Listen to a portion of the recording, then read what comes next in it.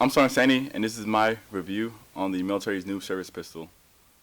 So after 30 years of service, the M9 and M11 are being replaced by the M18.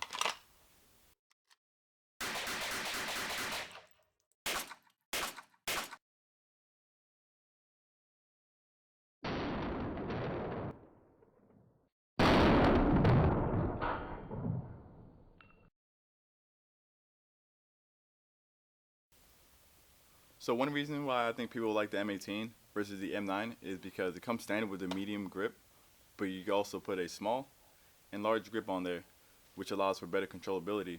So people with smaller hands will be able to control this weapon system better than they would with the M9.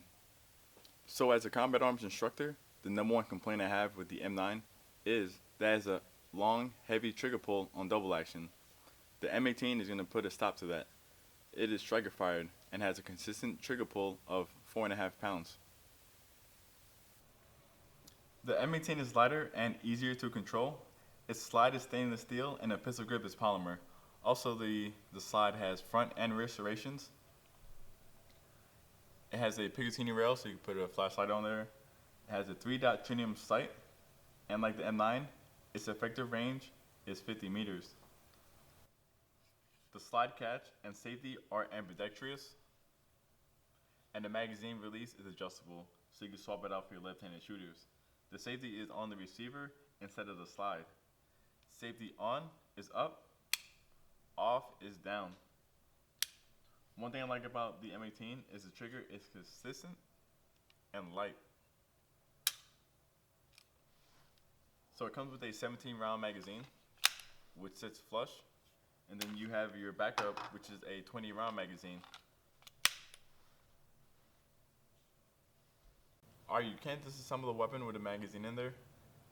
So to start the disassembly, you're going to lock the slide to the rear. Rotate the disassembly lever. And then the slide just comes off from the front. Next, you're going to take your recoil spring guide, push that in, and take it out. Your barrel is last, so you're going to grab your barrel and then take it out. It's pretty easy to disassemble. For reassembly, it's just a reverse order. So you're going to put the barrel in, your recoil spring guide, and then you're going to line up the back cutouts with these rails.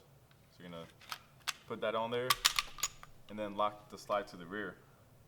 Once you lock the slide to the rear, flip the disassembly lever.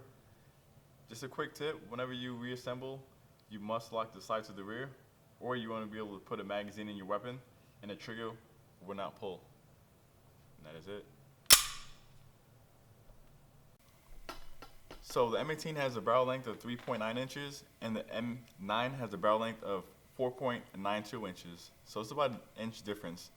So with that being said, I noticed the M9 recoils less and the M18 is a little snappier.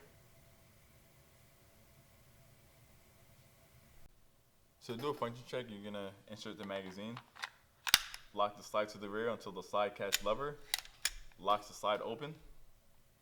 Then you're going to press the magazine release button. The magazine should be free falling. Then you're going to pull back on the slide and release it. Then you're going to push up on the manual safety. And then with the weapon on safe, you're going to squeeze the trigger. The striker should not release. Next, you're going to push down on the manual safety, press and hold the trigger. You should hear that striker release. Then you're going to rack it once. As you release the trigger, you should hear the light audible click. That's just the striker resetting. Then you're going to squeeze the trigger and hear the striker go forward. And that is your function check. So the last thing we'll talk about are the M18 sights. So with the M9, whenever you aim at your bullseye, you'll have the top of the front sight post cutting the target in half, like this. If you do that with the M18, you'll shoot pretty low.